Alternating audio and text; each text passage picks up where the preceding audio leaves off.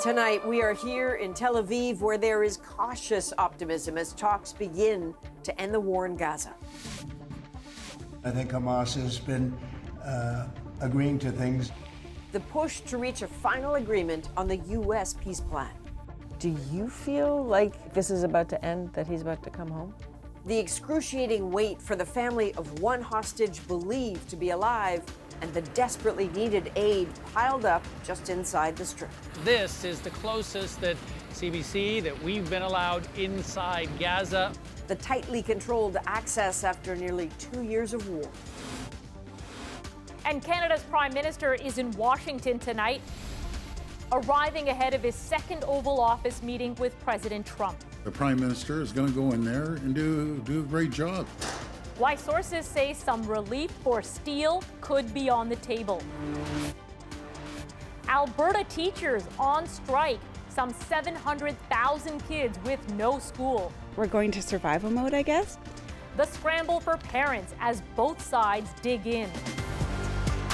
From CBC News, this is The National with Christine Barak and Chief Correspondent Adrian Arsenault in Tel Aviv. Thanks for joining us. We're in Israel tonight. This country and the region perhaps on the precipice of peace, nearly 2 years to the day since Hamas's October 7th massacre triggered a war that's left tens of thousands dead.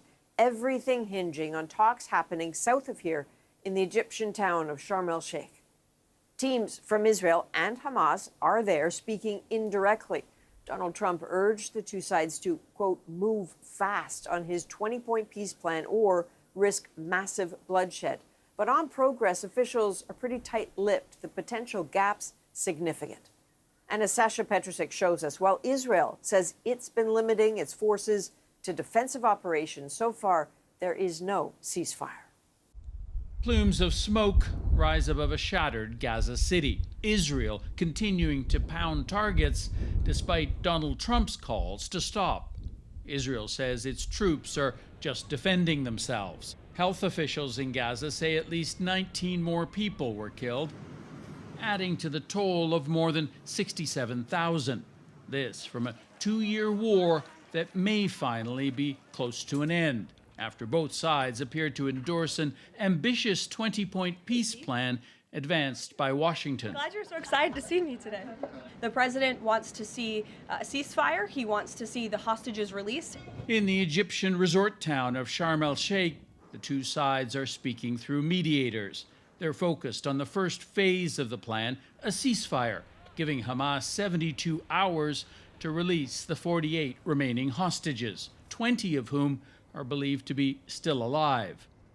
Trump suggests the militant group is cooperating. And I think Hamas now has been, all I can say is they've been fine. But Hamas says it needs more time to locate every hostage, including remains buried under Gaza's rubble. Trust between the two sides is non-existent. Worsened since Israel bombed the Hamas delegation in Qatar less than a month ago, missing top officials but killing the son of its chief negotiator. I do not differentiate between my sons and any Palestinian child killed in Gaza, he told Qatari media over the weekend. But we ask that their blood be a path to victory, a path to Jerusalem. Words, Adrian, that Israeli negotiators aren't likely to find very reassuring. Sasha, you mentioned the potential timing of the hostage release, but there are, of course, a lot of other sticking points. That's right, and many of them have to do with timing and trust. Hamas worries that once all of the hostages are released, Israel will do as it pleases. So it wants all Israeli troops pulled all the way out of Gaza or almost out before that release happens. Israel doesn't trust Hamas to disarm and to leave if its forces are no longer there to make sure that that happens. And in the long term, Hamas wants guarantees that that path to a Palestinian state, which is promised in these 20 points from Donald Trump, that will actually happen. Israel has already said there's no way it would allow it. Adrian? All right, thank you, Sasha. That is Sasha Petrosik down the highway in Jerusalem. Now, here in Israel, the prospects of peace have some pretty hopeful. As Paul Hunter shows us, on the eve of the 2-year anniversary of the Hamas attack that killed about 1,200 people, saw 251 others taken hostage, the scars haven't healed. The memories are still raw. The scenes of the attack virtually untouched. At Kibbutz Be'eri, not far from the Gaza Strip, 2 years after the October 7th attacks, it remains a testament to the violence, horror, misery, and death on that day. With Israel's war on Hamas in Gaza ever since, it's a reminder to the world how the war began. International media invited into what's left of the kibbutz, the scars still in plain sight, effectively untouched. This kind of scene, bullet holes, everything is burnt, places were set afire, obviously. It's house after house after house after house. When the terrorists came inside our house, tried to bomb our door, I was in my house with my husband and my 3 kids. Mirigad Masika's family survived that day, but more than 100 of those who lived in the kibbutz were killed. 1 in 10 residents, more than 30 others kidnapped, grabbed from their homes, pushed into cars and taken to Gaza. When they didn't have enough room in the car, they just executed them. When alarms rang out that morning, families ran into barricaded safe rooms. In some, Hamas attackers forced their way in regardless, using rocket grenades, assault rifles, and hammers. I was sitting on the bed, and my wife, she was sitting on the floor with a blanket on her. And what are you thinking at that moment? That now it's my time to die. Ohad Ben Ami and his wife were both kidnapped that day. His wife released after 54 days. He was held for 491 days. Released, finally, just this past February. He showed us what's left of his place and told us his thoughts are always with those still being held, those whose fates now rest with the proposed U.S. peace deal. And I hope that all the 48 hostages will come back to their families. And our nation and their people will get the chance to recover. For the hostages, he says, for Israel, and for all those in Gaza not part of the attacks, now caught in the suffering, this war must end. Paul Hunter, CBC News at Kibbutz Be'eri. Still ahead, CBC News was among a group of foreign media granted rare access inside Gaza, heavily controlled by Israel. It is the furthest into the Strip we've been allowed to go since the war began. What we saw, what local Palestinian journalists have been experiencing in about 20 minutes. But first, let's turn it over to Christine Birak in Toronto with some of the other stories we're covering tonight. Thanks, Adrian. To another high-stakes negotiation now. Prime Minister Mark Carney has arrived in Washington to meet with U.S. President Donald Trump as tariffs continue to hit Canada's economy. And Trump announced more tariffs tonight, this time on all medium and heavy-duty trucks imported into the U.S. starting next month. As Evan Dyer tells us, Carney is facing pressure to deliver some tariff relief. Mark Carney arrived in Washington ahead of his second Oval Office meeting with Donald Trump under pressure from the opposition back home to bring back solid results. Surely, after promising to negotiate a win, to have a deal by July the 21st, the Prime Minister's not flying all the way to Washington, D.C. just to have lunch. Pierre Poilievre also sent Carney an open letter demanding no more losing, but Conservative premiers weren't joining the chorus. We'll say that recently I have had some hope that we are seeing a change in direction since Mark Carney became Prime Minister. Alberta's premier sounded downright complimentary about Carney's infrastructure proposals, and from Ontario, I'm confident that the Prime Minister is going to go in there and do a great job. He's a smart business person. there is guarded optimism that there might be some kind of a breakthrough in Washington. When the president wants something, he wants something to go out with a big splash. So I don't think that the prime minister would be going unless there was something to announce. But Trump so far isn't budging on tariffs. I mean, look, my positions turned out to, everybody said I'm right. There's a lot of companies from Canada are moving into the United States, you know. We are friends, we are allies. Canada got some support from a delegation of governors from Great Lakes states, all of which are closely tied to the Canadian economy. What is not helpful is the way in which the president has demeaned our neighbors in the north, suggesting that they should be the 51st state.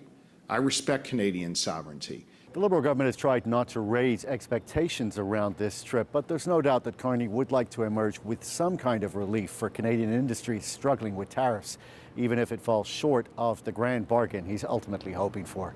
Evan Dyer, CBC News, Ottawa. Katie Simpson joins me now from Washington with new information about Carney's main objectives. Katie, what have you learned about the hopes for this meeting? The expectation heading into this meeting is the possibility of steel tariffs being lowered, some partial relief. This is according to 3 senior Canadian government sources speaking to CBC News and Radio-Canada. And the goal, the overall goal, according to these sources, is this could create a new framework to lower more sectoral tariffs in the future. Now, the key word in all of this is expectation, and that was stressed to us by our sources. Everyone is being cautious because U.S. President Donald Trump is so unpredictable. In the past, Canadian officials thought breakthroughs had been made, that deals were close, and then things go sideways unexpectedly. Absolutely. So what else does Canada want to achieve here? This is a chance for relationship building. Things are in a better place than Prime Minister Trudeau's final months in office, but it still has been a rough stretch for Prime Minister Carney. Canada is being pummeled by tariffs, and while Canada has more exceptions than most countries, deadlines were announced and not met, some rates have been hiked, and there's plenty of uncertainty.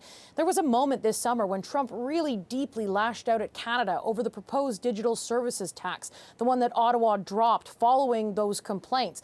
And you know, just last week, Trump revived his 51st state rhetoric. Anytime any world leader goes into the Oval Office, there is a fear of making things worse.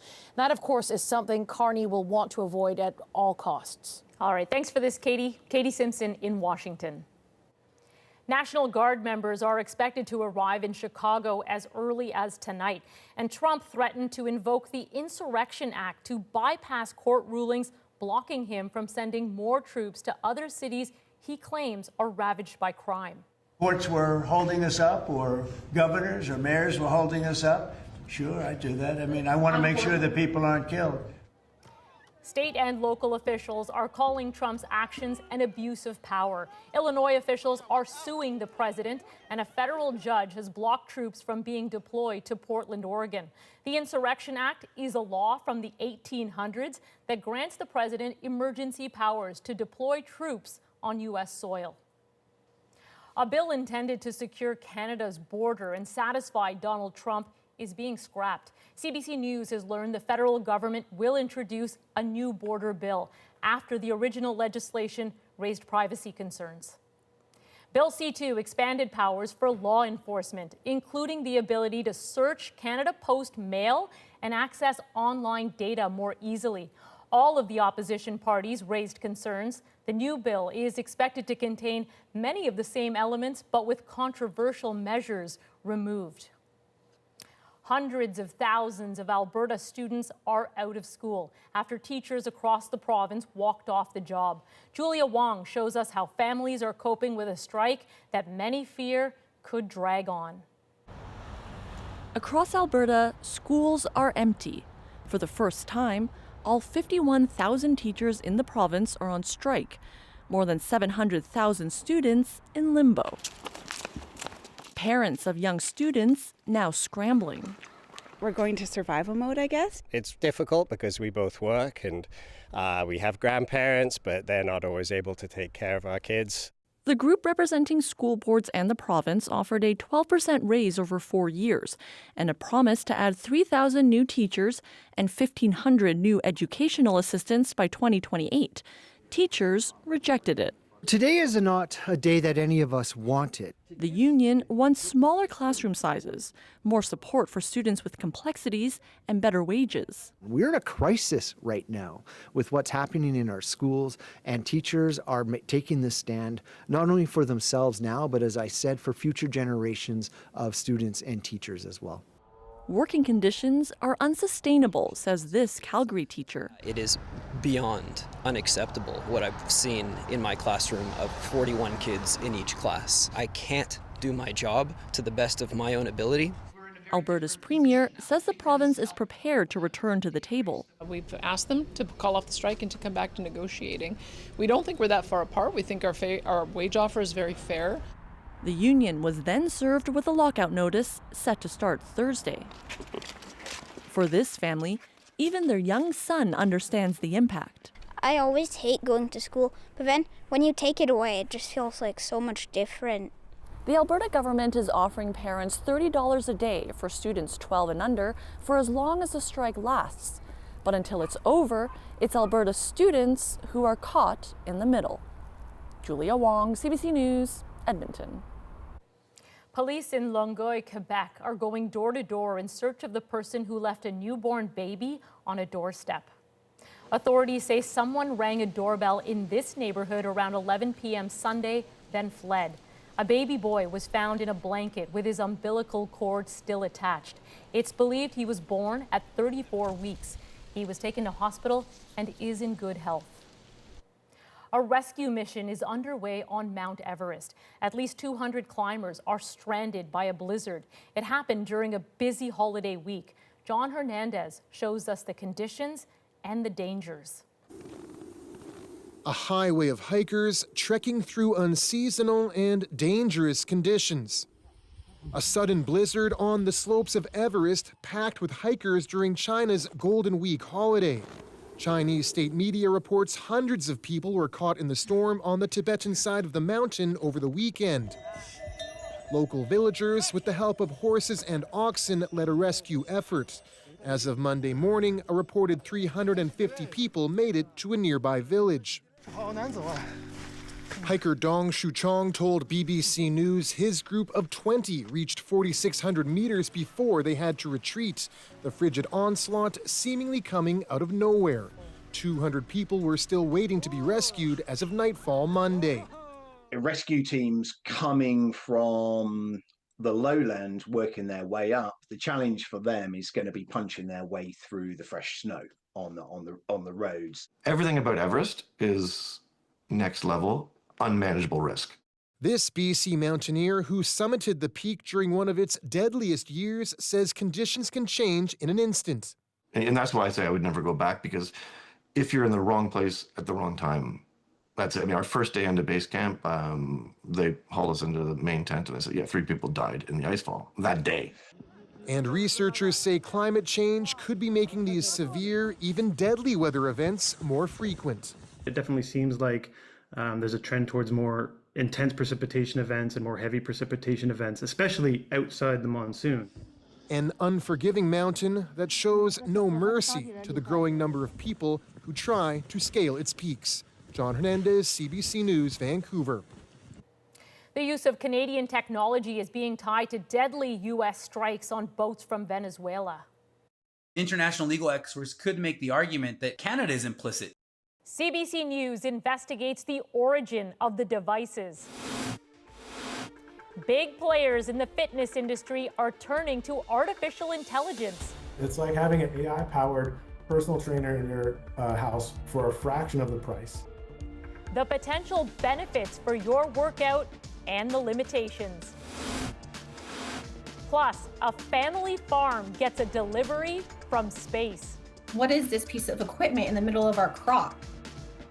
We're back in 2.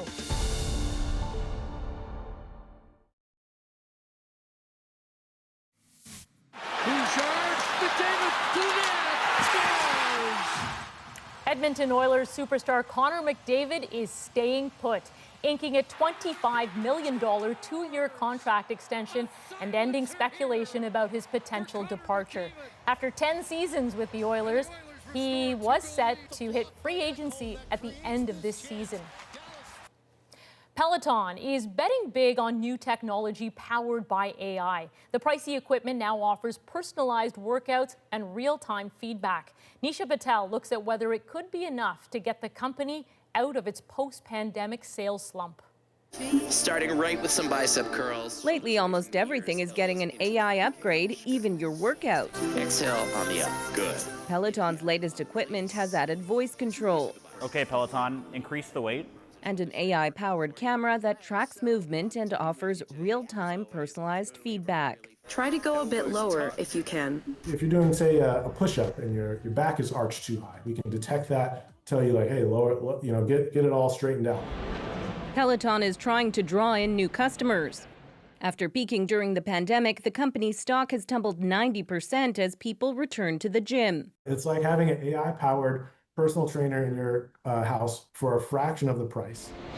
But all of it comes at a higher cost. The machines now start at $3,500. The subscription fee is now $60 a month. Here we go. And there's a lot of competition, from an AI-powered mirror to this smart home gym. It is, multi-billion-dollar industry that is growing in almost every regard.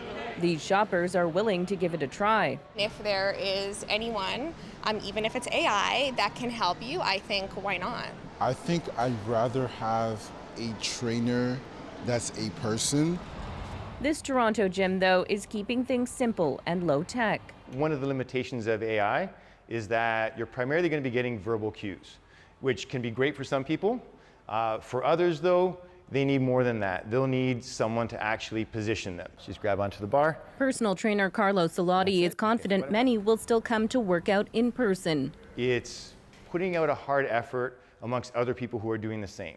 There's something about that just brings people together. That human element, he says, is tough to replace. Knees up and down. Nisha Patel, CBC News, Toronto. Here in Tel Aviv, family members of hostages are hopeful they could soon see their loved ones for the first time in 2 years. When the shooting started, it was from all around us and I couldn't go back. The anxious wait as negotiations heat up. And CBC News gets rare access inside the outskirts of Gaza, now controlled by Israel. Just so you know, please stay in this area. The dispute over desperately needed aid that is not reaching Palestinians. The National breaks down the story shaping our world. Next.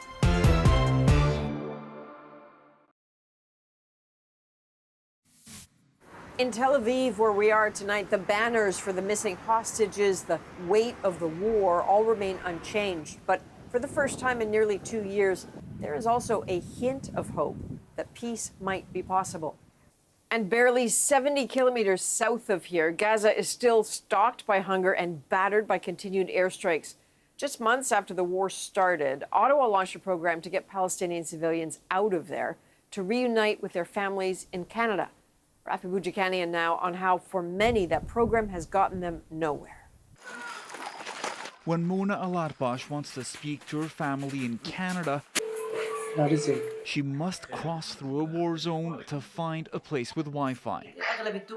A CBC freelance videographer captured this call in Gaza.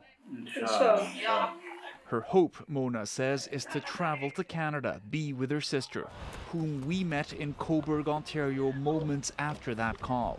Iman moved to Canada a decade ago, but the single mother of two has been unable to get most of her loved ones here. My child, Zahid, he's 4 years old, and every time he saw like a flight on the sky, he prayed that, oh, I hope the next flight it will have like my grandpa and my uncle and my cousin. It's Mona and her family in Gaza that Iman is most worried about. She's already lost a brother to the war, killed fleeing an Israeli attack in their neighborhood, she says. They had a white flag and they start to running to evacuate the area. But then there was like snipers and they start to shoot people. He got bullet in his head. Her prayer now that her kids will soon see some family members she smuggled out to Egypt, but have been stuck waiting for security checks for more than a year. I sent many emails. Their answer is just like, wait. Everything is done, but we're waiting for the result of security check. The Immigration Department says some 880 applicants have arrived on a total of 5,000. I think there's definitely more the government can do. This immigration lawyer says Ottawa won't be able to delay security approvals forever. Even if your security screening is delayed because of actions of third parties that you have no control over, that in some situations the duration would have been too long and they would be required to move forward. Federal sources told CBC News there was resistance in setting up the program within government due to security concerns as well as a preference to engage with Israel on its conduct in the war rather than immigration.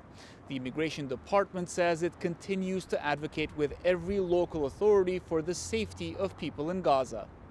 Rafi Bujikanian, CBC News, Ottawa. Now it's time to dig deeper into the stories shaping our world tonight from here in the Middle East. They just keep moving on through unbearable grief in Israel and in Gaza, just shy of 2 years since Hamas led a deadly attack. Israel keeps strict guard on Gaza to try to dictate the story of this war. I don't think that international media bought the story anymore. But first, this Israeli man wants you to see how Hamas made his brother a hostage. Not seeing it, it's like you don't want to see the truth. Just a caution, you're about to see some images from Hamas videos from October 7th and beyond, when they took more than 250 people hostage. Some have been freed, many have died, and it's believed 48 are still in Gaza now, including 20 thought to still be alive. We met one Israeli man waiting for his little brother. He wants to take his time to start his healing process. Gal Dalal has been talking for 2 years straight. When the shooting started, it was from all around us, and I couldn't go back to him. What a toll that takes. Every minute focused on his baby brother, Guy Dalal, now 24 years old, one of just 20 hostages still believed to be alive in Gaza. Do you feel like this is about to end, that he's about to come home? This act that President Trump has did forced everyone to see things how they are. Hamas can't manipulate the deal anymore. I think we never were so close to having a deal, but also, if we won't have a deal now, I think that the hostages that will be in great risk. And worrying about his brother delays worrying about himself.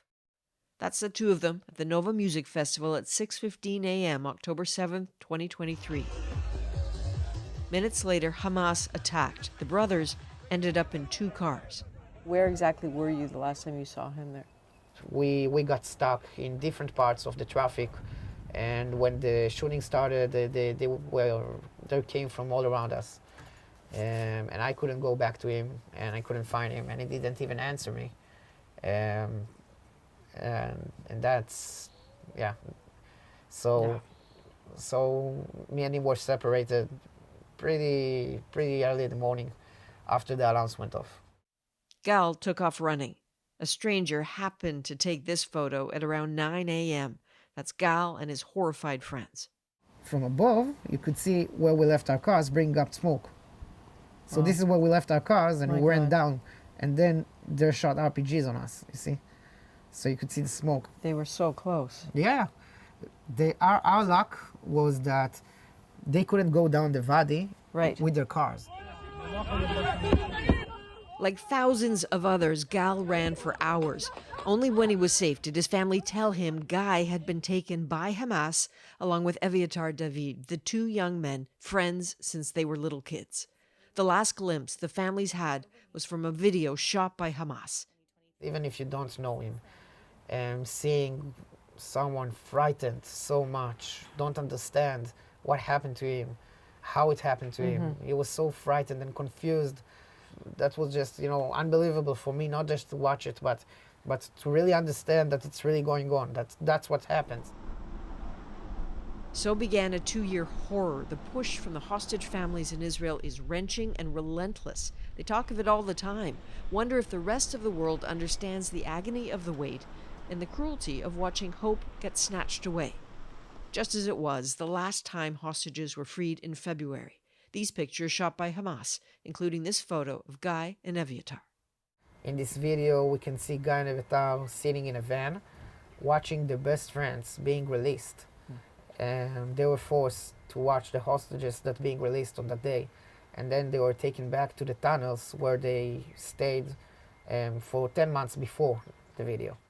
As unbearable as it is for him and the families to see the hardest of images, he's scared not enough people see them.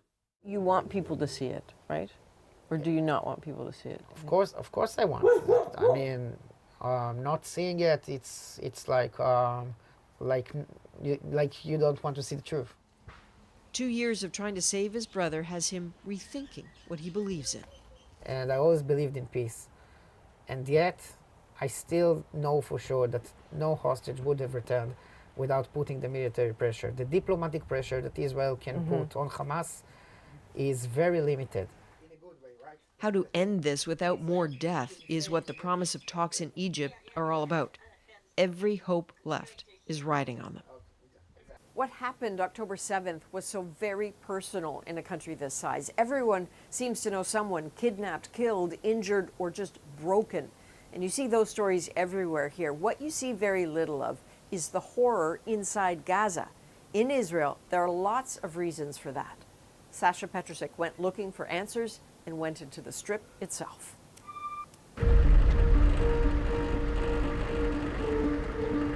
From southern Israel, we enter Gaza. A dusty desert crossing guarded by Israeli soldiers we're not allowed to show. Driving 200 meters down a barren road just into the war zone. After 2 years of fighting and countless requests, this is the closest that CBC, that we've been allowed inside Gaza or any other foreign media. Prevented by the Israeli military, except on very, very tightly controlled tours like this one. Just so you know, please stay in this area. We're brought to a parking lot holding aid deliveries that Israel says it's allowing in to feed Gazans, but says the UN is neglecting to distribute.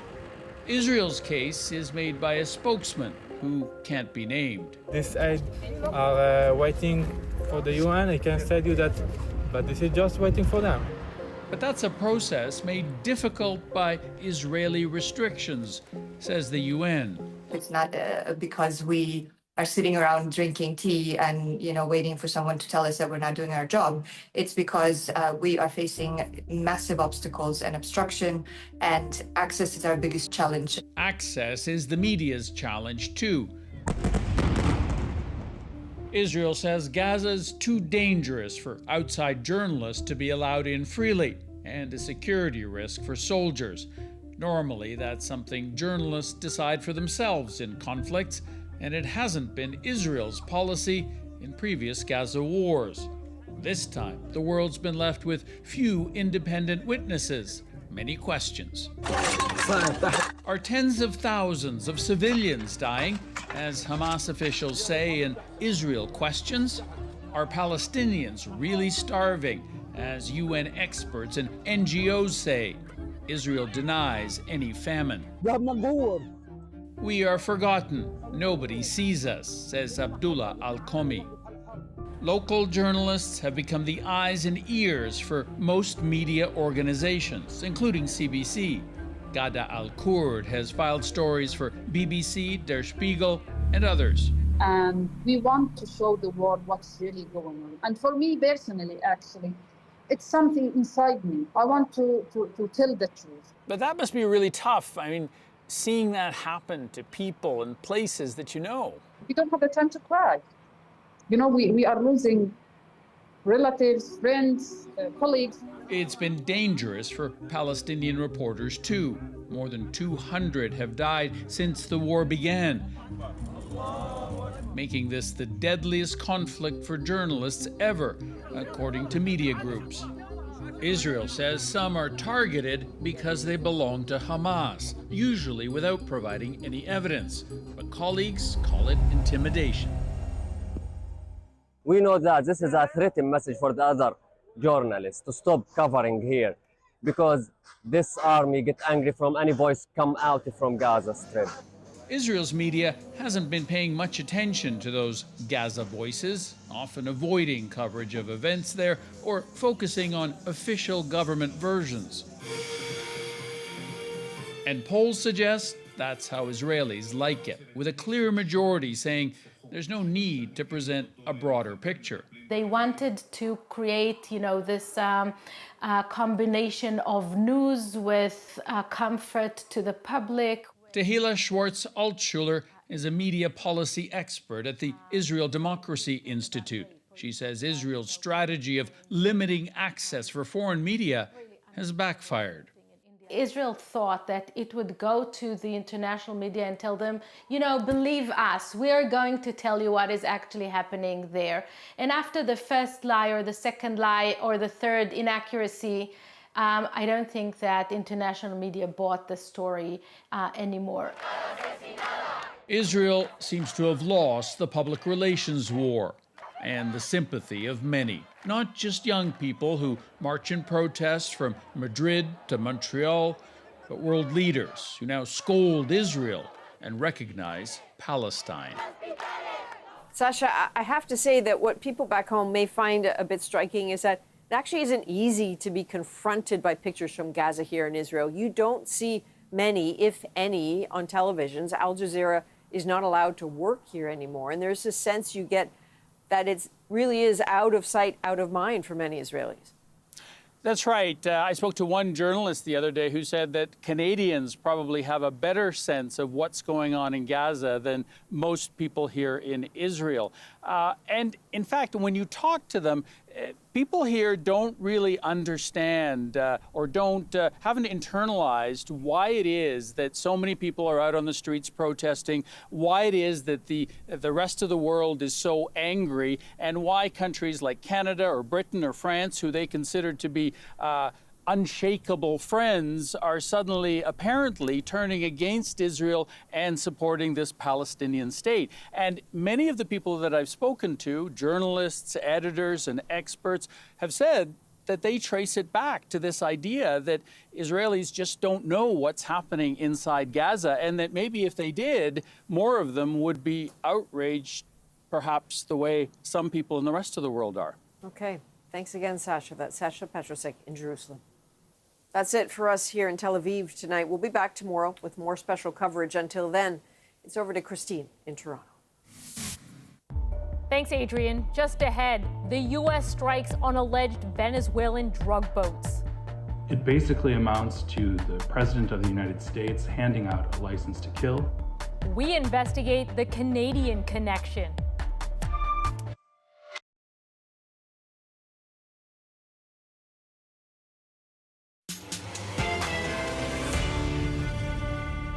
The U.S. strikes hard at alleged Venezuelan drug boats. There's no serious argument that what the Trump administration has done here is legal. A report says Canadian tech helped. Does that make this country complicit? Eric Cito from CBC's Visual Investigations team has analyzed all the unclassified videos and brings us this exclusive. Did the U.S. military use Canadian tech to help track and kill suspected cartel members in the Caribbean Sea? That's what this report shared exclusively by the disarmament group Project Plowshares says. Canadian tech built by L3 Harris Westcam in Ontario. The company says they don't comment on military missions. So what's the truth? We speak with weapons experts, defense industry officials, and dig into the videos themselves. Here's what we know. September 2nd, 11 people are killed after the U.S. strikes this boat in the Caribbean Sea. Less than 2 weeks later, another strike. There have been 3 more since then. More than 20 people have been killed.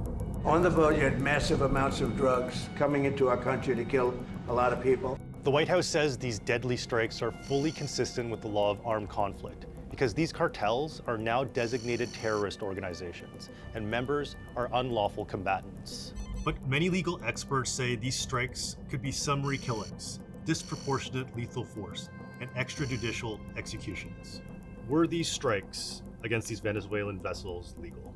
No, There's no serious argument that what the Trump administration has done here is legal. It basically amounts to the President of the United States handing out a license to kill. So was Canadian surveillance tech used in these strikes? There's not much to go on with these videos. First, we don't know if the US military filmed from a Reaper drone, a P-8 Poseidon, or something else that was spotted in the area. That the video has clues about the tracking system, the feed that we're seeing right here. So you knew right away that this was some Canadian tech that was being used, or Canadian manufactured tech? Well, I mean, it certainly looked like it. What we can see immediately is this very distinctive bar with a number in between it, right? This, for us, is immediately an indicator that this footage was taken from L3 Harris Westcam EOIR sensor. The L3 Harris Westcam MX series system is an electro-optical infrared device, basically special sensors and cameras. L3 Harris is an American company that builds these devices in Hamilton, Ontario. Their customers include police, Canadian military, and the US military. The MX series systems are used in surveillance for search and rescues, wildfires, and by drones. The US Department of Defense is one of, if not the biggest customer of L3 Harris Westcam EOIR sensors, worth in excess of $380 million US. So EOIR sensors are now integral to modern combat. Project Plowshare says it knows it's an L3 Harris Westcam in the first two strikes because they've seen it used before. Here it is in use by the Turkish military. This long line in the middle of the screen looks exactly like what we see in the Venezuelan video, and it's what we see in Ukraine. Okay, Project Plowshare says it's an L3 Harris Westcam, so we start doing our own digging. We went frame by frame in each video and also noticed this. In the one released September 15th, what appears to be a letter T that wasn't blurred out. If you compare that to an L3 Harris Westcam system from this promo video, that seems to be the same place where the FT or feet indicator is. We see the same font and display layout in countless other videos, including from the Canadian military. Okay, so those match, but we're not stopping there because we don't get a clear answer from the company. So we look at the many other tracking systems out there, using its display and cross-referencing with what the US military used. None came close, except the L3 Harris Westcam. We also speak to defense industry employees and airborne sensor operators, and the consensus is this is likely an L3 Harris Westcam. And finally, we dig this up. L3 Harris's own manual. The bar and the layout looks identical to the unclassified feed, as well as the unblurred videos we've seen before. We share our analysis with L3 Harris. They say, as a matter of practice, we don't comment on military missions. The White House did not respond to our requests for comment. We shared our findings with Global Affairs Canada. The department said it's aware of the US operation and is monitoring the situation. International legal experts could make the argument that Canada is implicit in a way in the type of war crimes that the Trump administration has committed in the Caribbean basin. Should there be more human rights oversight on the stuff that we send to the US, especially military tech, weapons? I think the immediate response should be to fix the loopholes in Canada's national control regime, to get better oversight on Canadian arms exports to the United States to ensure that they're not being used in abusive ways. Venezuela has condemned those attacks as undeclared war. The country's president, Nicolas Maduro, claims the U.S. wants to overthrow him, and Venezuelan civilians have begun training with weapons. Coming up, Texas farm owners wake up to a very large surprise. Seeing that piece of equipment was crazy. It's like as big as an SUV. How NASA gear ended up on their land next.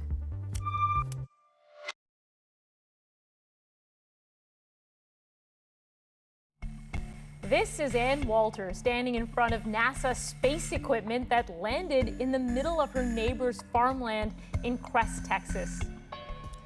The gear was apparently blown off course, setting up an out-of-this-world moment of sorts, and tonight it makes our moment. Wow. What is this piece of equipment in the middle of our crop? Go all the way down to where it's at. Seeing that piece of equipment was crazy. It's like as big as an SUV. So I call the county sheriff's office And they're like, we have a team of researchers who stated that their piece of equipment has landed somewhere in like our vicinity, but they're not for sure. It was very mysterious. My husband dropped the pin. So researchers found their piece of equipment. The researcher, Garrison, explained it has telescopes within it, and it captures very accurate and clear pictures of stars, galaxies, black holes. Early that morning, the winds changed and brought it over here. It was very educational and informative. You don't see this every day, especially here in West Texas. Where's the camera? It was surreal, once-in-a-lifetime experience. How cool. Anne says they thought it was some kind of weather balloon at first, but the giant scope actually sits on the edge of the atmosphere and takes photos. So technically it didn't fall from space, just very high up in the sky. Well, from all of us on the ground here at the National, thank you for being with us. I'm Christine Birak. Take care.